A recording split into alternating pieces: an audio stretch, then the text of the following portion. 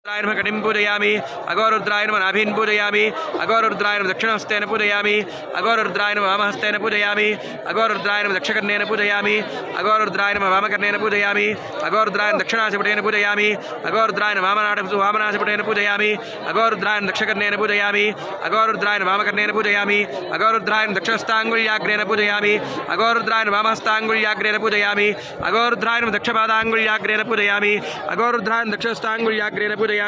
अघोरुद्राय वामहस्ताङ्गुल्याग्रेण पूजयामि अघोरुद्राय नमः दक्षपादाङ्गुल्याग्रेण पूजयामि अघोरुद्राय नमः दक्षहस्ताङ्गुल्याग्रेण पूजयामि अघोरुद्राय नमः दक्षकर्णेन पूजयामि अघोरुद्राय नमः वामकर्णेन पूजयामि अघोरुद्राय नमः